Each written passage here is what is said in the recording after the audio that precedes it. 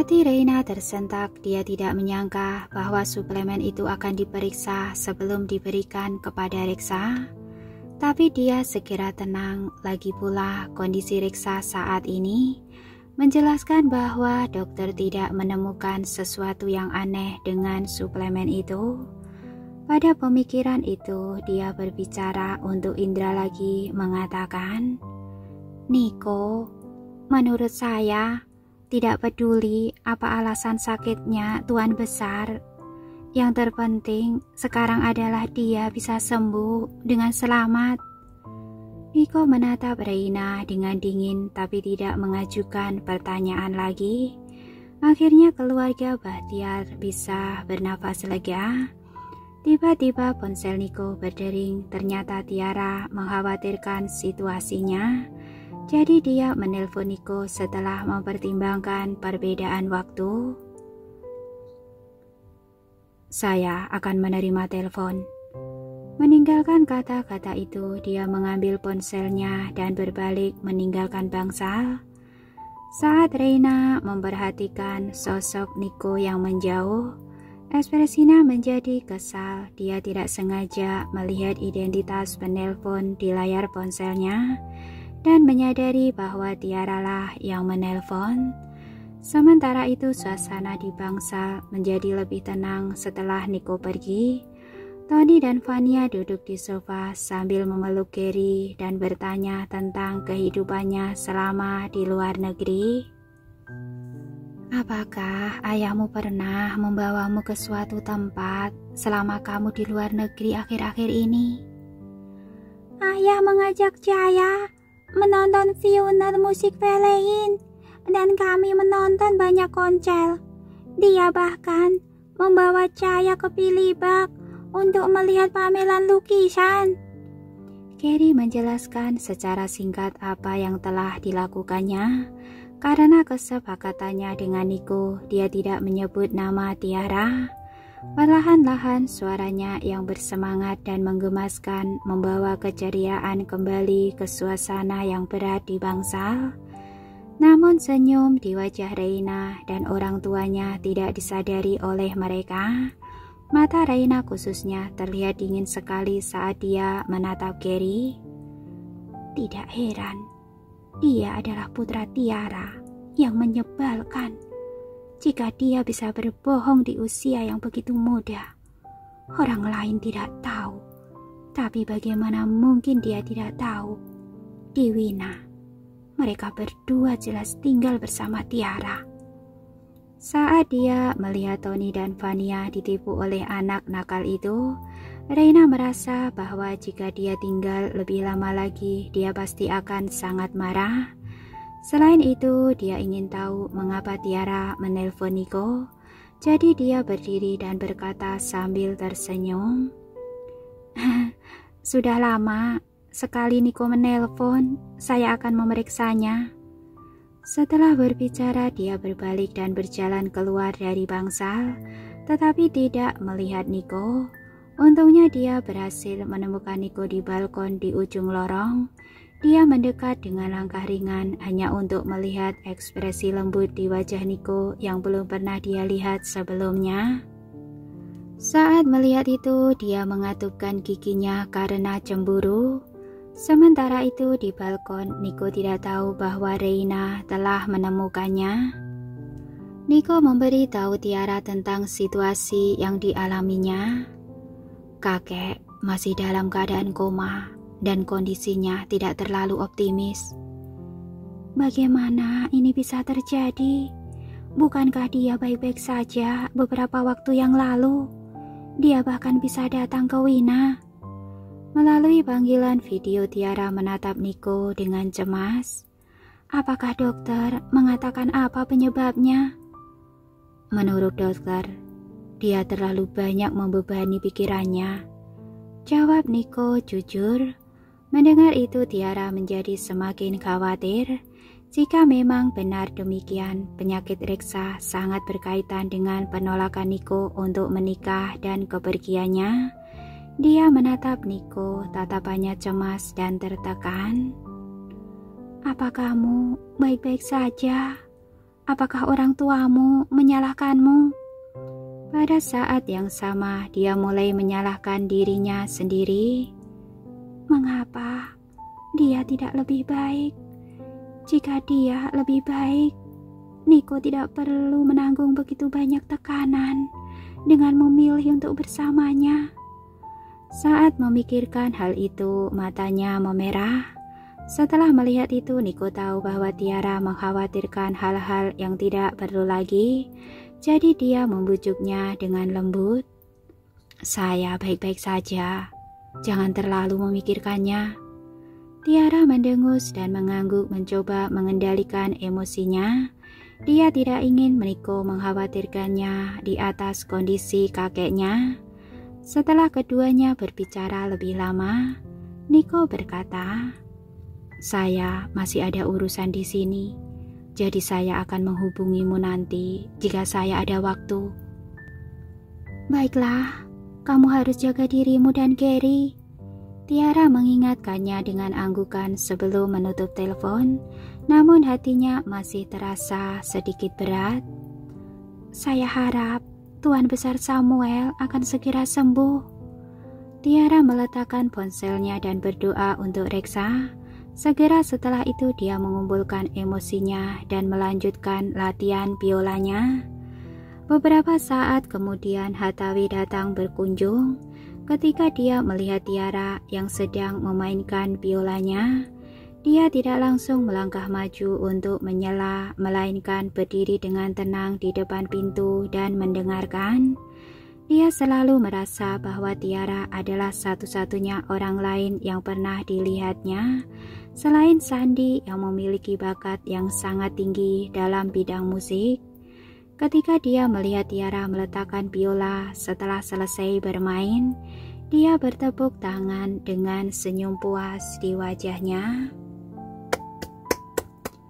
Kamu telah berkembang pesat. Emosi dalam melodimu jauh lebih kuat dari sebelumnya. Ketika mendengar suara Hatawi, Tiara mendongak kaget. Nona Hatawi, kapan Anda tiba di sini? Belum lama ini, saya melihat kamu sedang berlatih, jadi saya tidak ingin mengganggumu. Dengan mengatakan hal itu, Hatawi masuk ke ruang latihan dan memberitahukannya. Sebelumnya, pertunjukan di Nataya terus ditunda, tetapi kali ini akhirnya sudah dikonfirmasi. Jadi saya datang untuk memberitahumu bahwa pertunjukannya akan diadakan minggu depan. Pada saat itu, kamu bisa pergi bersama orkestra dan mengunjungi kerabatmu selama berada di sana. Terima kasih Nona Hatawi. Tiara langsung merasa segar kembali setelah mendengar berita itu, dan senyum bahagia muncul di wajahnya. Meskipun pada awalnya dia terpaksa pergi, dia pikir tidak apa-apa untuk kembali lagi. Lagi pula Reksa sudah tahu bahwa dia tinggal bersama Niko. Selain itu dia juga sangat mengkhawatirkan Reksa dan Niko dan senang sekali akhirnya memiliki kesempatan untuk kembali dan memeriksa mereka. Setelah pulang kerja malam itu, Tiara tidak langsung pulang ke rumah, melainkan pergi ke pusat pembelajaran terbesar di kota itu. Pulang ke rumah adalah kesempatan yang langka baginya, jadi dia harus melakukan beberapa persiapan. Keesokan paginya, Niko mengajak Gary mengunjungi Reksa di rumah sakit. Ayah, kapan kakek buyut akan bangun? Gary berbaring di tepi ranjang menatap lelaki tua yang tak sadarkan diri itu dengan cemas. Tak disangka begitu dia berbicara, Reksa yang telah koma selama 2 hari akhirnya bangun. Keluarga Samuel akhirnya bisa menghela napas lega saat mereka memanggil dokter untuk melakukan pemeriksaan. Pasien untuk sementara tidak dalam bahaya, tetapi mungkin masih ada beberapa komplikasi. Jadi Anda tidak boleh membuatnya gelisah, dan cobalah untuk membuat makanannya seringan mungkin. Setelah dokter menyelesaikan pemeriksaannya dan memberikan beberapa instruksi, dia kemudian pergi bersama para perawat. Ketika Tony dan Vania melangkah maju satu demi satu untuk merawat Reksa, Reksa masih terlihat cukup ramah. Namun ketika tiba giliran Nico, ekspresi Reksa menjadi muram dan dia berkata dengan marah, "Jadi, akhirnya kamu mau kembali." Nico merasa sedikit tak berdaya. Ketika Gary melihat ekspresi Reksa yang tidak senang, dia mengira bahwa Reksa marah lagi, jadi dia dengan cepat melepaskan diri dari tangan ayahnya dan bergegas menuju ranjang rumah sakit. "Kakek buyut, jangan malah. Dokter tadi bilang kalau kamu akan sakit kalau kamu malah, dan kamu harus dicuntik dan makan obat pahit. Saya akan melacak kajian padamu, kakek buyut." Dia meraih tangan Reksa yang keriput dan tua dan membujuknya dengan suara yang menggemaskan. Reksa merasa sangat lega dan senyum penuh kasih sayang perlahan-lahan muncul di wajahnya. "Saya tidak marah, Gary. Jangan khawatir." Mengatakan itu, dia melirik Nico lagi, suaranya yang lemah penuh dengan rasa jijik saat dia menegur, "Lihatlah, Gary. Lalu lihat dirimu sendiri. Bahkan seorang anak kecil pun lebih berperilaku baik daripada kamu." Nico melirik ke arah Gary, sudut bibirnya sedikit melengkung. Ada jejak kebanggaan dalam suaranya ketika dia menjawab, "Iya, dia anak saya." Reksa tidak bisa berkata-kata saat dia memelototinya dan hendak mengatakan sesuatu. Nico menyela, "Baiklah, saya kembali kali ini bukan untuk berdebat dengan kakek. Saya akan mengambil alih perusahaan lagi, jadi kakek bisa fokus untuk memulihkan diri dengan tenang." Ekspresi ketidakpuasan Reksa sedikit mereda begitu dia mendengarnya.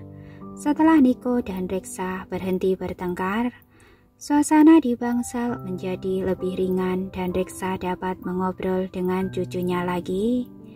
Selama percakapan mereka, Nico bertanya kepada Reksa apakah dia menyadari sesuatu ketika dia jatuh sakit. Setelah berpikir sejenak, Reksa menggelengkan kepalanya. "Tidak ada gejala apapun. Tiba-tiba saja dada saya merasa sesak." Alis Nico berkerut. Reksa meliriknya dan tiba-tiba mengeluh, "Saya ingin tahu berapa banyak waktu yang tersisa." "Saya sudah meminta tim medis terkenal dari luar negeri untuk terbang ke sini untuk mengobati kakek. Mereka pasti akan merawat kesehatan kakek kembali ke kondisi prima." Tanpa menunggu Reksa selesai berbicara, Nico menyela. Dia tahu betul bahwa jika dia tidak memotongnya, kakeknya pasti akan mencoba memaksanya untuk menikah lagi. Tentu saja Reksa tahu bahwa Nico sengaja menyela, dan dia menatapnya dengan tatapan tidak senang dan tidak disadari oleh Nico. Melihat hal ini, Reksa juga tidak bisa berbuat apa-apa. Jadi dia mengabaikannya dan mengalihkan perhatiannya pada Gary. "Gary, apa kamu bersenang-senang di luar negeri dengan ayahmu baru-baru ini? Apa ada yang membuatmu merasa tidak bahagia di sana?" "Sangat menyenangkan. Saya bersenang-senang di sana." Gary menjawab dengan riang sebelum menceritakan kepada Reksa tentang hal-hal menarik yang dilihatnya di luar negeri. Cerita-cerita kekanak-kanakannya membuat Reksa tersenyum. Ketika Reina tiba, dia mendengar tawa riang yang berasal dari bangsal. Dia berdiri di dekat pintu masuk dan melalui kaca di pintu, dia melihat Gary dengan penuh semangat berbicara dengan Reksa. Kemudian dia menyunggingkan senyum kecil di wajahnya dan mengetuk pintu sebelum masuk. "Tuan Besar Samuel, saya dengar Anda sudah bangun, jadi saya datang menemui Anda." Reina memanggil Reksa dengan sopan lalu menyapa Nico dan Gary. Ketika mereka melihatnya, ekspresi wajah Nico dan Gary langsung memudar. Meski begitu, mereka masih menanggapinya dengan sopan. Nona Reina. Nona Reina. Ketika Reina melihat ekspresi acuh tak acuh yang sama di wajah mereka, dadanya terasa sakit dan dia bahkan hampir tidak bisa mempertahankan senyumnya. Dia menarik nafas dalam-dalam, menahan kemarahan batinnya, dan memaksakan senyuman di wajahnya saat dia bertukar basa-basi dengan mereka sebelum dia mengalihkan fokusnya pada Reksa. Karena Nico dan Gary tidak menyukainya, tidak peduli seberapa banyak dia berbasa-basi pada mereka, itu tidak akan berguna. Oleh karena itu lebih baik baginya untuk berteman dengan Reksa. Selama dia bisa mengambil hati Reksa, dia masih bisa mendapatkan kesempatan untuk menikahi Nico. Tentu saja itu sesuai dengan apa yang dia rencanakan. Setelah dia tinggal di sisi Reksa selama setengah hari, rasa sayang Reksa padanya meningkat pesat. Reksa melihat di antara Reina dan Nico. Semakin dia melihat mereka, semakin dia merasa bahwa mereka adalah pasangan yang serasi dan akan sangat disayangkan jika mereka saling melewatkan. Pada akhirnya, dia tidak bisa tidak mengungkit masalah itu lagi. Nico, Reina benar-benar seorang gadis baik yang sulit ditemukan saat ini. Saya rasa kalian berdua bisa. Tanpa menunggu Reksa menyelesaikan kalimatnya, Nico memotong dengan dingin. Kakek harus memprioritaskan untuk mengurus dirimu sendiri sekarang. Jangan khawatirkan hal lain. Pipi Reksa memerah karena ketidaksenangan setelah peringatan tersirat dari Nico dalam nadanya. Pada akhirnya dia tidak melanjutkannya. Akibatnya mata Reina meredup karena kekecewaan memenuhi hatinya. Namun demikian semangatnya segera bangkit kembali karena dia sudah bercanda dengan Reksa. Pada sore hari, tim medis asing yang terkenal yang diundang oleh Nico telah tiba. Dengan bunyi ting, pintu lift terbuka dan memperlihatkan sekelompok dokter yang mengenakan jas putih keluar dari lift. Tanpa diduga, yang memimpin adalah Anton Santoso. Tentu saja Nico tidak meragukan kemampuan Anton. Terlebih lagi, Anton adalah salah satu sahabat yang dia percayai, dan karena itulah dia secara khusus mengundang orang-orang ini ke sini dari luar negeri. Ketika Nico melihat Anton berjalan ke arahnya, dia pun melangkah maju ke arah Anton. Sesuai permintaanmu, saya telah meminta anak buah saya untuk memindahkan semua peralatan yang dibutuhkan ke dalam ruang pemeriksaan. Bagus sekali. Anton mengangguk sebelum melirik ke belakang Nico.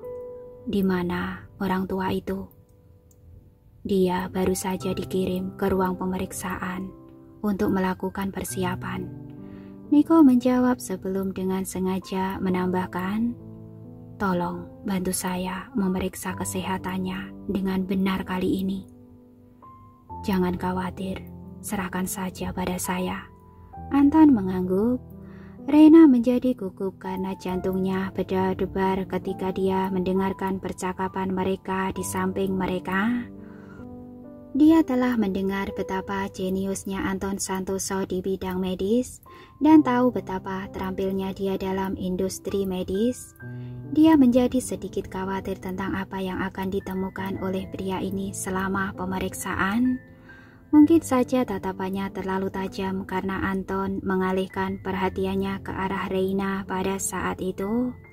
Ketika dia menyadari tatapan pria itu padanya, Reina tetap tenang sambil menyapa. Halo. Karena dia menyembunyikan emosinya dengan baik, baik Anton maupun Nico tetap tidak menyadari kondisi pikirannya.